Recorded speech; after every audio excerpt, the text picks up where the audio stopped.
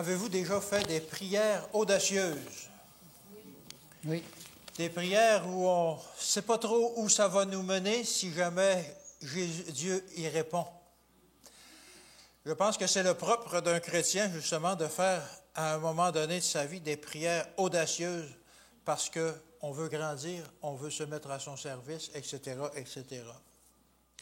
Ça me rappelle une prière audacieuse que j'avais faite, ou même, je dirais, une prière dangereuse que j'avais faite au début lorsque je suis devenu chrétien.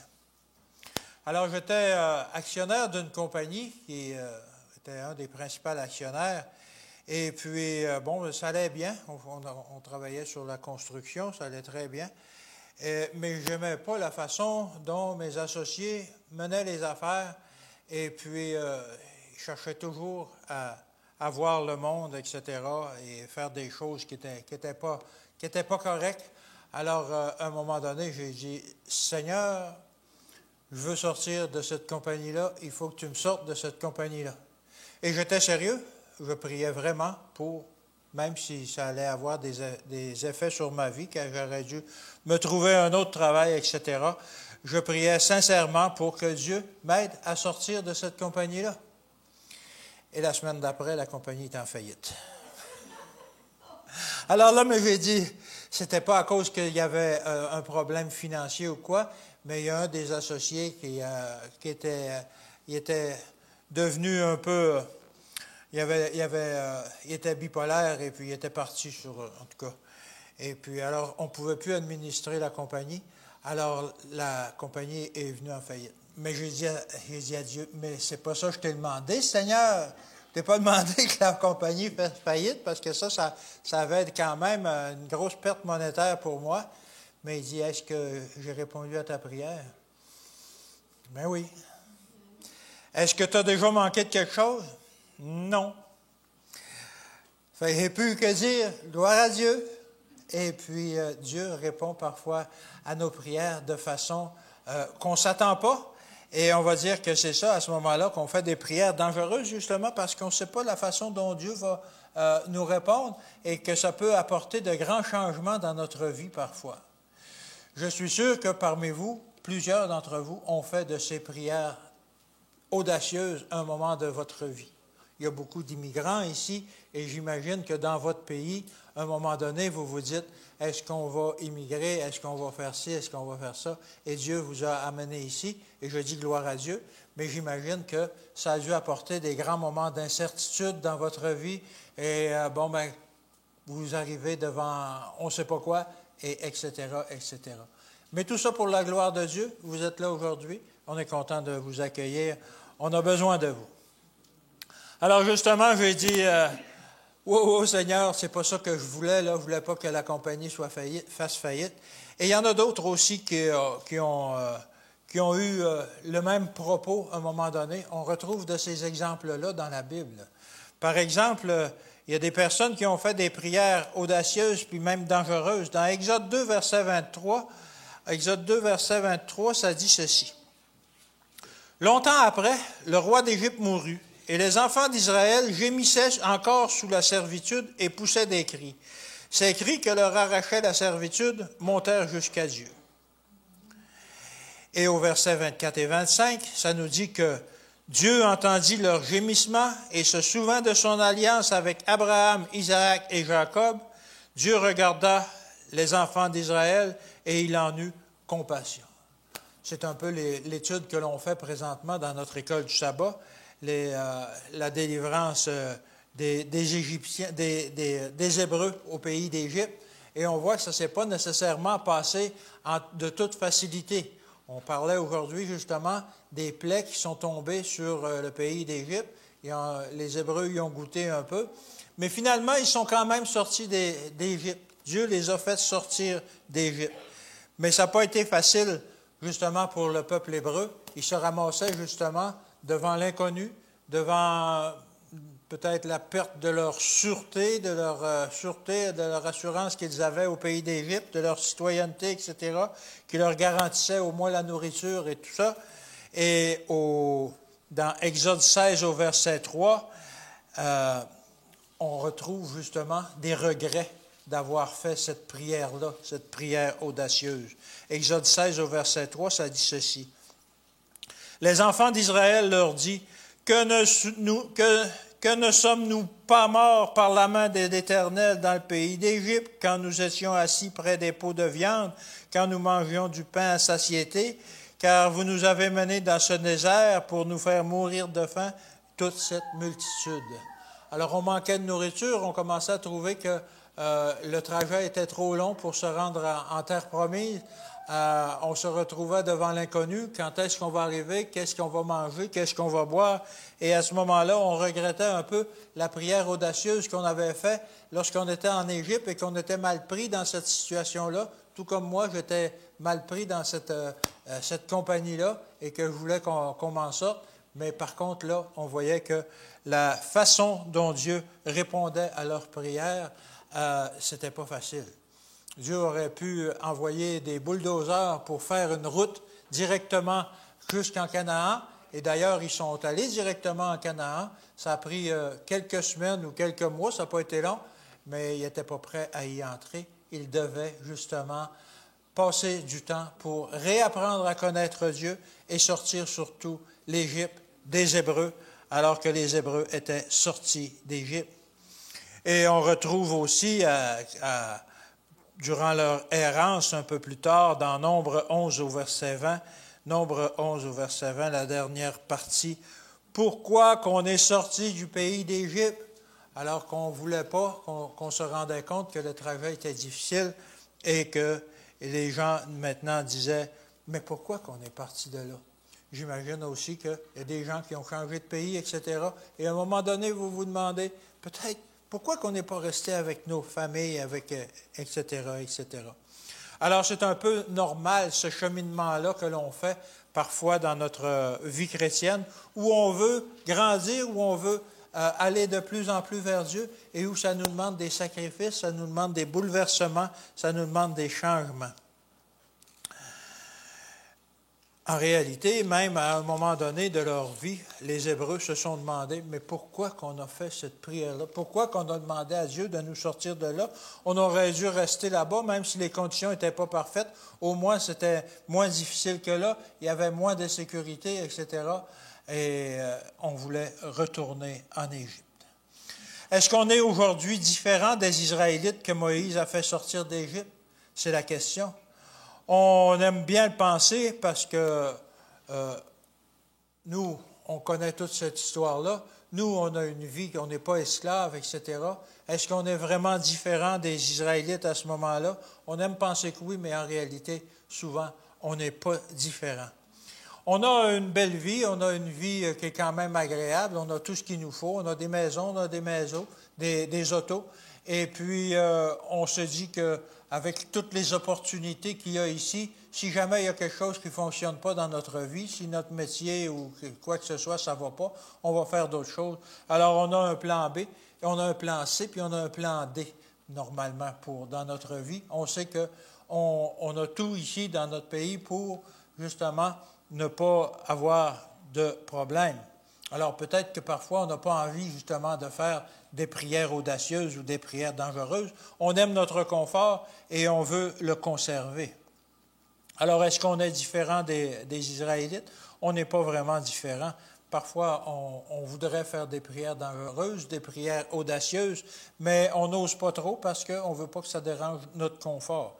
Les Israélites l'ont réalisé après. Mais nous, maintenant, est-ce qu'on s'endort dans notre confort et on refuse de faire ces prières audacieuses-là qui vont nous rapprocher de Dieu, qui vont amener des changements dans notre vie? Il ne faut pas. Il faut continuer à aller de l'avant. Parfois, on va dire, on va faire des prières audacieuses, comme je l'ai fait. Seigneur, il faut que tu me sortes de là, ou que tu me sortes dans la condition de péché dans laquelle je me retrouve, parce qu'on voit que notre vie spirituelle, ça n'a vraiment pas de bon sens. Ou encore, mon Dieu, je te suivrai, peu importe ce qui arrivera, peu importe ce qui arrivera dans ma vie, peu importe ce que tu me demanderas. Alors, ah oui? Dieu dit, ah oui, OK, on va voir si c'est vraiment ça. Alors, où on peut dire, Seigneur, enlève de devant moi tout ce qui m'empêche d'être en contact avec toi. wow, qu'est-ce qui va enlever? Peut-être des choses qui nous sont chères à ce moment-là et que ça va nous faire mal, justement, à nous. Et à ce moment-là, on ne sera peut-être pas heureux d'avoir fait cette prière audacieuse. Alors, vous savez quoi? Dieu est très empressé de répondre à ces prières. Dieu veut répondre à ces prières audacieuses qui vont demander du changement dans notre vie. Il espérait déjà depuis bien longtemps de pouvoir de nous délivrer de notre esclavage au moment où on lui demande. Galates 5 au verset 1. Galates 5, 1, ça dit ceci, « C'est pour la liberté que Christ nous a affranchis. Demeurez donc fermes et ne vous laissez pas mettre de nouveau sous le joug de la servitude. » Alors Dieu veut agir justement pour notre liberté. Et il est prêt à enlever tout ce qui empêche cette liberté-là de nous atteindre. Tous nos péchés qui nous retiennent captifs, toutes les choses que l'on trouve qui nous sont chères, qui nous retiennent captifs, qui nous empêchent d'avancer. Dieu est prêt à tout nous enlever. Et parfois, finalement, on dit, mais c'est pas ça que je voulais. On voulait agrandir, mais avec toutes nos choses. Mais ça ne fonctionne pas comme ça normalement. On ne peut pas avoir deux dieux. Dieu ne peut pas servir deux maîtres. Dieu est Mammon. Alors, comme les Israélites à cette époque, on ne sait pas ce que cette réponse audacieuse à notre prière va nous demander en retour. Il faut être prêt à de grands changements. Il faut être prêt à bouger. Pour changer notre caractère, soyez assurés que Dieu va faire ce qui est nécessaire pour changer notre caractère si on lui demande. Ça ne sera peut-être pas facile. Ça ne sera pas aussi simple. Bien entendu, il est prêt à anéantir une armée ou deux pour nous conserver en vie ou à rouvrir la mer pour nous laisser passer. Ça va. Dieu est prêt à faire toutes ces choses-là. Mais par contre aussi, il va nous demander des efforts aussi pour changer, pour se rapprocher de lui, pour abandonner des choses qui nous tiennent à cœur, qui ne sont pas nécessaires. On a eu des témoignages tout à l'heure dans l'école du sabbat, des choses qui nous retiennent et que finalement on se rend compte que ce n'est pas nécessaire, on n'a pas besoin de ça et que durant qu'on s'accroche à ça et qu'on y tient, c'est un fardeau en quelque sorte. Et on tient à ces fardeaux-là. Alors, c'est ça. Alors, c'est toutes ces dépendances-là aux choses du monde que Dieu veut nous enlever, Dieu veut nous faire abandonner. Et peut-être qu'on va dire à ce moment-là, comme les Hébreux en Égypte, Nombre 11 au verset 5, Nombre 11 au verset 5, nous nous souvenons des poissons que nous mangions en Égypte, ce qui nous coûtait rien, des cocombes, des melons, des poireaux, des oignons et des ails. Alors on aimait bien la façon dont on vivait auparavant, parce que maintenant, peut-être on a moins un peu, mais on a aussi des choses à réaliser pour Dieu, et puis on trouve ça à ce moment-là difficile, et on aimerait peut-être retourner en arrière. Mais on sait très bien que si on retourne en arrière, ça va être pour notre perte, parce que lorsqu'on a fait cette prière-là, on savait que ces choses-là étaient là pour notre malheur. Alors c'est à ce moment-là, lorsqu'on a ces interrogations-là, qu'il nous faut résister. Il faut se rappeler la promesse de la terre promise. Il faut se rappeler vers où on va. Il faut se rappeler vers quoi Dieu nous a promis de nous apporter. Elle est devant nous et par la grâce de Dieu, on va y arriver. Ce ne sera pas un chemin facile, c'est le désert, c'est les rochers, c'est la chaleur, c'était les serpents, c'était le manque de nourriture, le manque d'eau. Et malgré la douleur, malgré les épreuves, ce que nous avons demandé à Dieu nous sera accordé. On va y arriver. La terre promise, elle est là, elle a été promise, on va y arriver, si on maintient notre collaboration avec Dieu. Alors cette période de preuve est nécessaire, mais une bonne nouvelle, c'est qu'elle est temporaire. Ça va finir par se terminer. Dieu devait, en réponse à la prière des Israélites, non seulement les sortir d'Égypte, mais il devait aussi sortir l'Égypte des Israélites. Alors c'est ça qui a été le plus difficile, leur façon de vivre, etc. C'est la même chose pour nous lorsqu'on veut se sortir du péché, un péché que l'on trouve malheureusement bien agréable, souvent, mais qui cause des remords, qui cause notre malheur, qui nous amène vers des choses que l'on ne voudrait pas, Et Dieu doit nous sortir de là. Et ça ne se fait pas facilement, ça se fait en résistant aux tentations. Et parfois, on retombe et on a encore de la honte et c'est pas vraiment bon pour nous.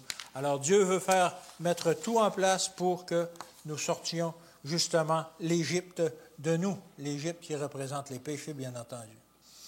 Est-ce qu'on a encore un peu d'Égypte en nous? Est-ce qu'on a besoin de faire des prières audacieuses, des prières dangereuses?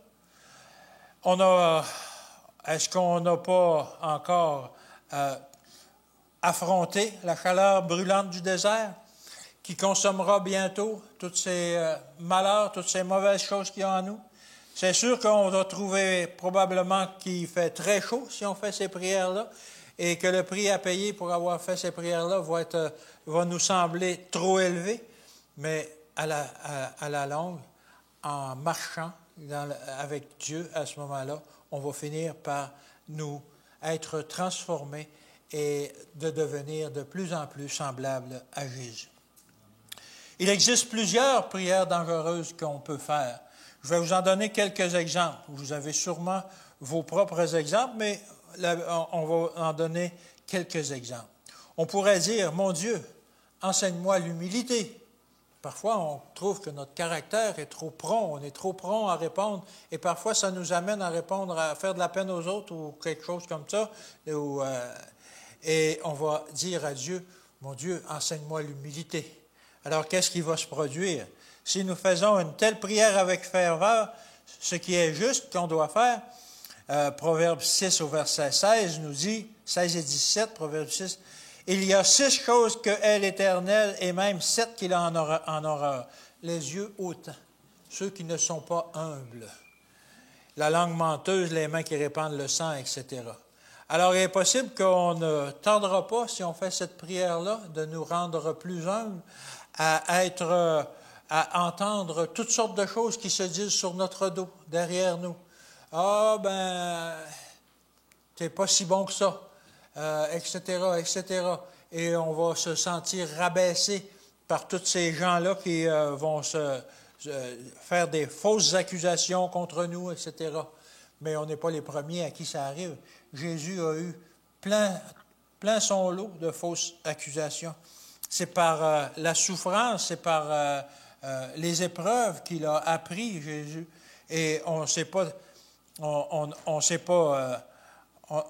s'est pas privé de faire des fausses accusations, justement, parce que, justement, il était humble et, malgré tout, il a eu des fausses accusations comme ça. Alors, si on priait Dieu de nous donner l'humilité, à ce moment-là, c'est sûr qu'on va avoir des gens ou toutes sortes d'événements qui vont faire que peut-être qu'on va se sentir humilié, mais au lieu d'être humilié, il faut demeurer humble. C'est ce que Dieu veut nous apprendre. Parfois, on pourrait dire aussi, mon Dieu, enseigne-moi la patience. Qu'est-ce qui va arriver à ce moment-là? Vous allez avoir des irritants dans votre vie, croyez-moi. Croyez-moi que vous allez en avoir pour justement vous apprendre la patience. Mais chaque fois que vous aurez un irritant, Dieu va être avec vous pour dire, sois patient. Tu vois que tu es en train de perdre le contrôle. Et à mesure que ça va se produire, à mesure que ces choses-là vont arriver, vous allez vous rendre compte que vous êtes moins rapide à devenir soupe au lait, comme on dit, et qui monte et qui déborde de la marmite. On va apprendre tranquillement, justement, à devenir plus calme, plus pondéré, à répondre à toutes ces choses-là avec patience. Et on ne se reconnaît plus au bout d'un certain moment. On dit, moi, la patience? Ouais, oh, wow! C'est vrai que je suis devenu un peu plus patient. On peut aussi dire, comme Ésaïe le dit lorsqu'on a lu le verset tout à l'heure, dans Ésaïe 6 au verset 8, « Mon Dieu, me voici, envoie-moi. » Parce qu'on sait qu'on est ici, en tant que chrétien, qu'on a une mission. On n'est pas là pour juste bénéficier des largesses de Dieu, qui nous donne toutes sortes de bénédictions, mais on sait aussi qu'il y a un travail pour nous parfois et qu'il faut l'accomplir, ce travail-là. En devenant chrétien, on devient ses enfants, oui, on devient ses héritiers, oui, mais on devient aussi ses ouvriers. Alors, parce qu'il y a d'autres enfants qui sont dans le monde, qui ne sont pas encore dans cette famille, et il faut aller les voir. Et Isaïe a répondu, oui, dans Isaïe 6 au verset 8, « J'entendis la voix du Seigneur disant, « Qui enverrai-je et qui marchera pour moi, pour nous? » Et Isaïe répondit, « Me voici, envoie-moi. » Est-ce qu'on va répondre à ces demandes, à ces appels de Dieu de la même façon? « Me voici, envoie-moi. » À partir du moment où Isaïe a répondu ça, sa vie a changé drastiquement, plutôt je dirais, plutôt que dramatiquement. Alors c'est la même chose pour nous. Si on répond, « Seigneur, me voici, envoie-moi. Donne-moi une mission. Donne-moi quelque chose que je peux faire pour accomplir ta volonté. » Et vous allez voir que ça va brasser autour de vous. Peut-être que ce sera encore la même occasion d'apprendre l'humilité et la patience, parce qu'il va y avoir toutes sortes de gens qui s'opposent, etc., etc. Ça ne sera pas facile. On voit l'expérience de Paul dans sa vie au moment où il a dit, « OK, je reconnais que tu es Jésus, que tu es Dieu, envoie-moi. » Alors, il n'a pas dit dans ces termes, on ne retrouve pas ces termes dans l'Évangile, mais il s'est mis disponible pour Dieu, pour prêcher l'Évangile, et pour la même chose pour tous les apôtres. Leur vie n'a pas été facile. Ça a été un bouleversement incroyable dans leur vie, mais ils ont accompli la mission. Et lorsque l'on fait cette prière-là, Dieu est prêt à envoyer tous ses anges pour nous aider, pour nous supporter, pour nous conduire. Et on se retrouve avec des missions qu'on n'aurait jamais pensé qu'on pourrait accomplir et que Dieu nous fait réaliser. Parfois, juste ici, dans cette église, on pense à notre école. On va entreprendre la 17e année cette année. Alors, lorsqu'on a parti ça, cette école-là, on avait combien d'élèves? 6, je pense, la première année. 5 ou 6. Un professeur. Et on avait dû envoyer le nôtre plus rapidement, plus tôt. Il n'y avait pas encore 5 ans, mais bon, il a fallu avoir une dérogation juste pour avoir un élève de plus. Ça a été une bénédiction, cette école-là. Ça a été difficile. Ça a été difficile pour tous ceux qui y ont travaillé. Les professeurs, les bénévoles, ceux qui administrent cette école-là, ça a été extrêmement difficile. Mais la mission a été accomplie par la grâce de Dieu. À chaque fois qu'on était devant un problème et qu'on voulait résoudre le problème par nous-mêmes, il n'y avait pas de solution. Mais lorsqu'on se mettait à genoux devant Dieu pour dire « Seigneur, c'est ton école, c'est à toi de résoudre le problème », bingo, ça arrivait et ça fonctionnait. Encore cette année, on pourrait témoigner de ce que Dieu a fait pour cette école, encore une fois, cette année. Alors Dieu agit.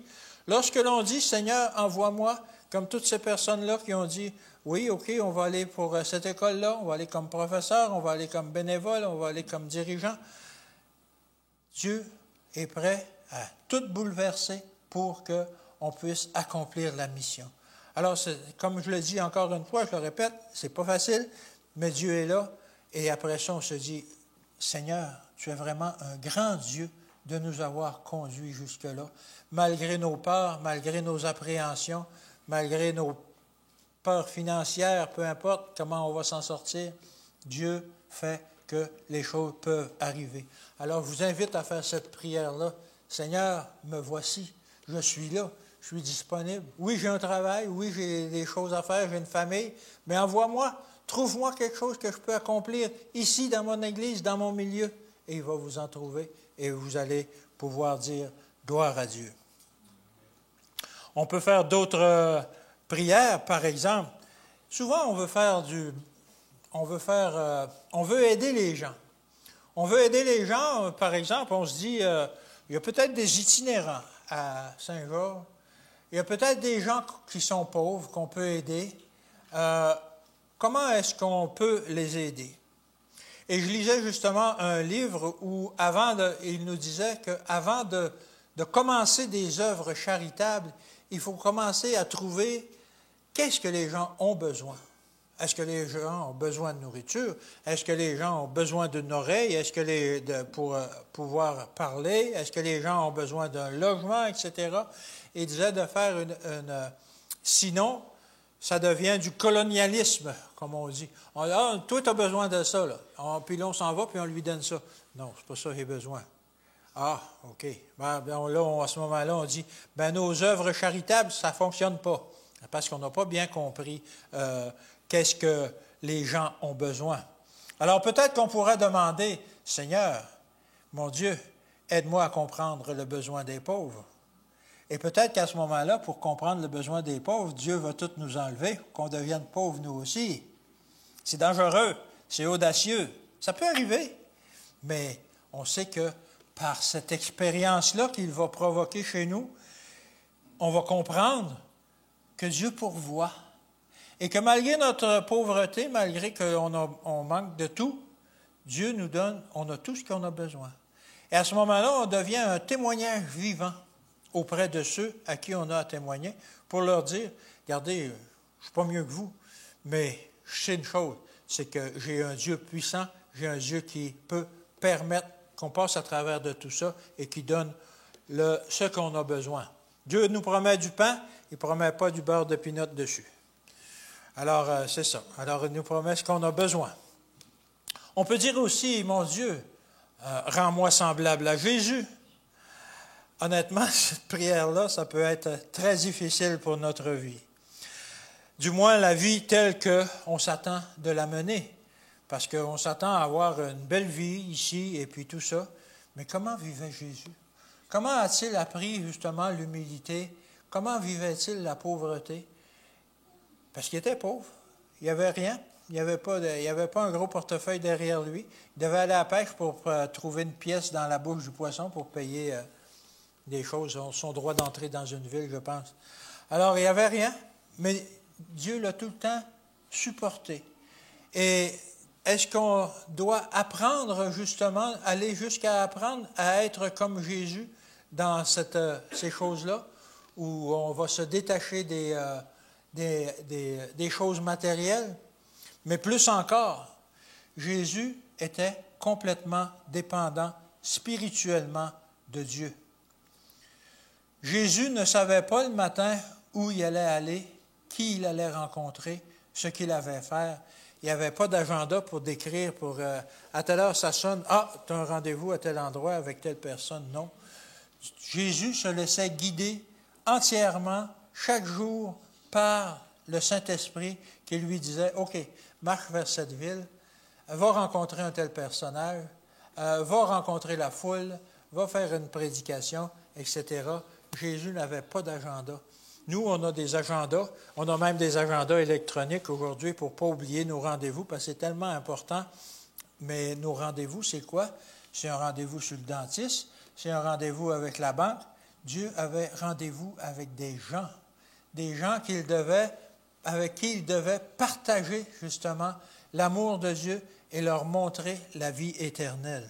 Alors, c'est ça qu'il faut devenir semblable à Jésus et de devenir de plus en plus comme lui.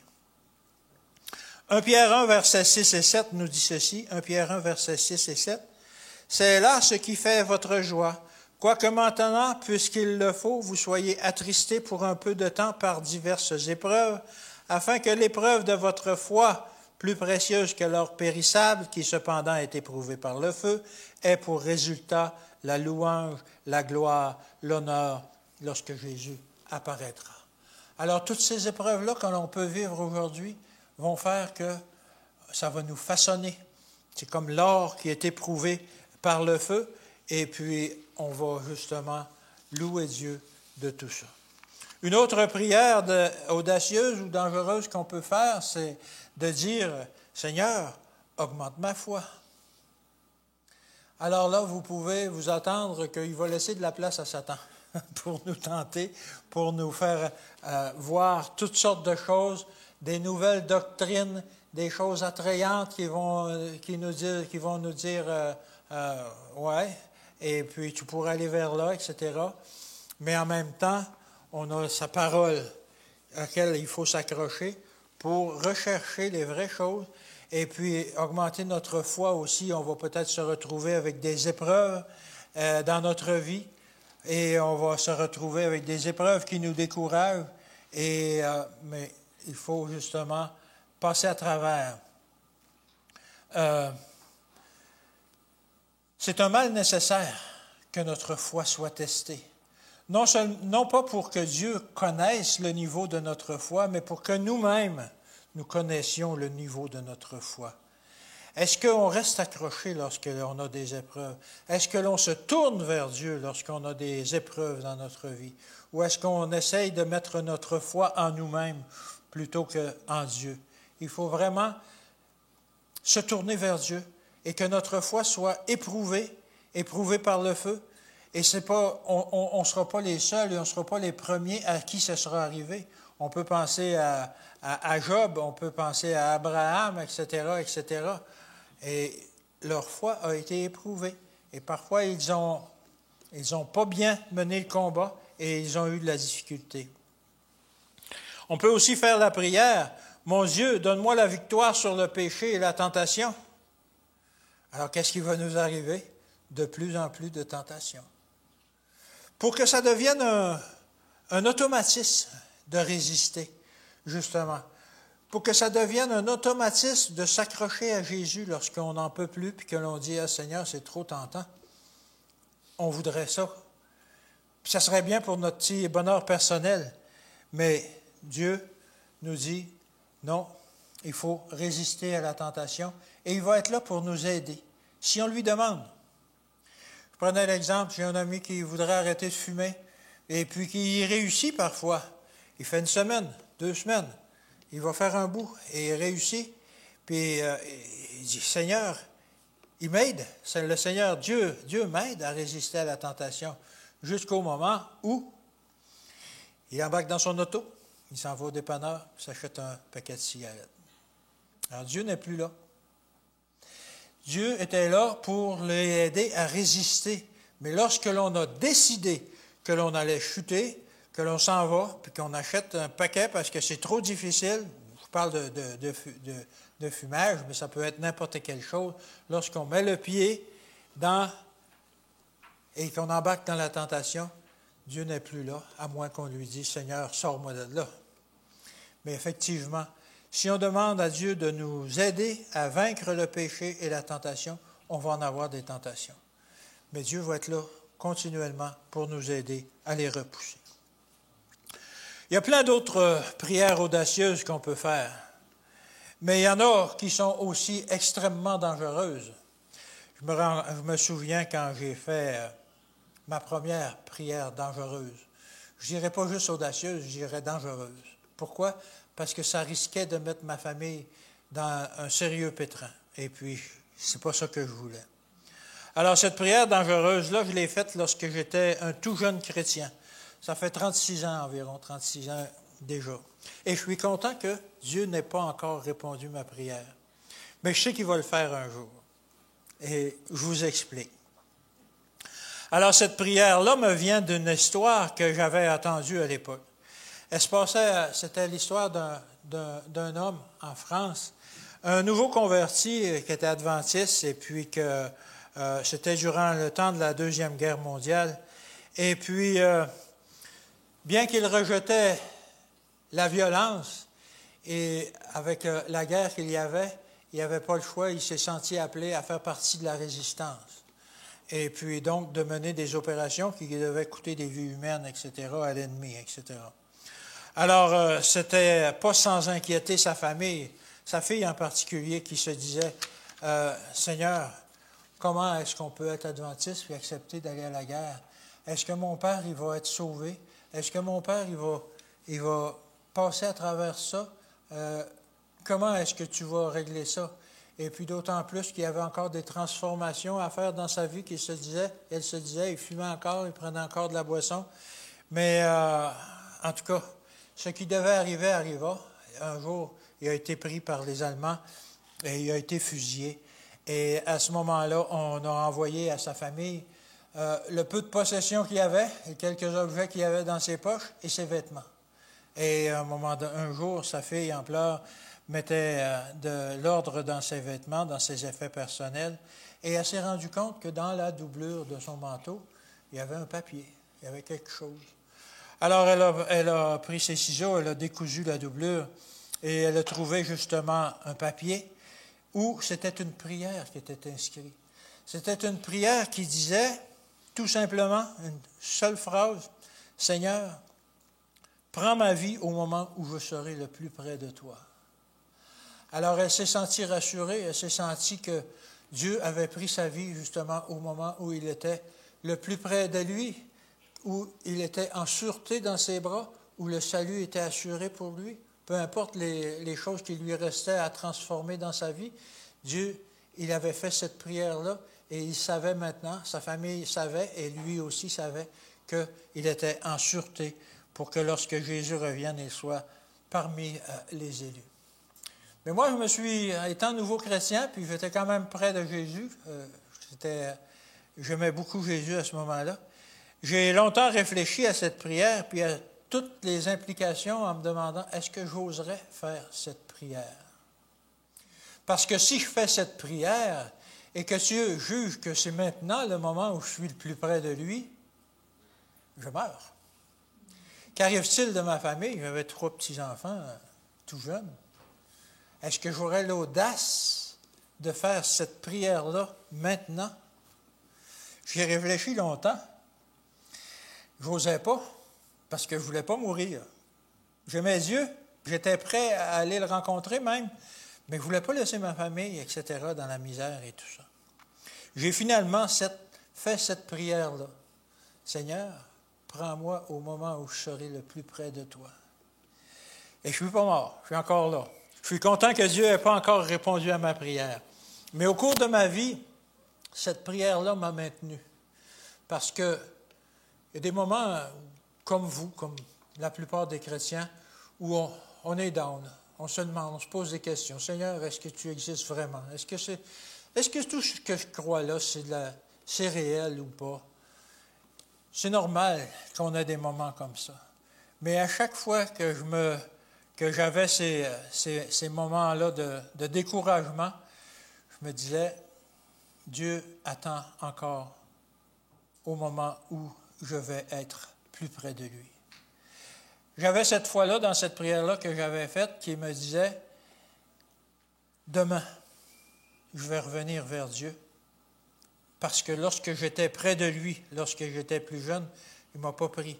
Alors c'est qu'il y a encore un moment pour moi, pour être encore plus près de lui que je ne l'étais à ce moment-là. Et ça m'a ramené, ça m'a permis de passer à travers beaucoup d'épreuves, beaucoup de découragement, et puis tout ça. Et bon, alors maintenant, je suis encore là. Je suis content que Dieu n'ait pas encore répondu à ma prière, mais je sais qu'il va y répondre un jour. Et j'espère justement que ce sera parce que ce sera le moment où je suis le plus près de lui, justement. Alors, quelles sont ces prières audacieuses ou dangereuses que vous avez faites et qui ont été répondues aujourd'hui? Quelles sont ces prières audacieuses que vous pouvez faire encore aujourd'hui et qui vont amener de grands changements dans votre vie? Est-ce que ce sera des changements difficiles? Est-ce que ce sera des changements positifs? Est-ce que vous vivez des épreuves parfois qui vous disent, qui vous font voir que la vie n'est pas facile, mais que finalement, elle est encore pire que lorsqu'on est loin de Dieu? Alors, il faut faire ces prières audacieuses, puis dire, Seigneur, ramène-moi vers toi. Et à ce moment-là, Dieu qui est fidèle et juste va utiliser cette volonté que l'on a de se mettre à genoux devant lui, de se reconsacrer à lui pour nous ramener vers lui. Et un jour, dans mon cas, répondre à ma prière. Que Dieu vous bénisse.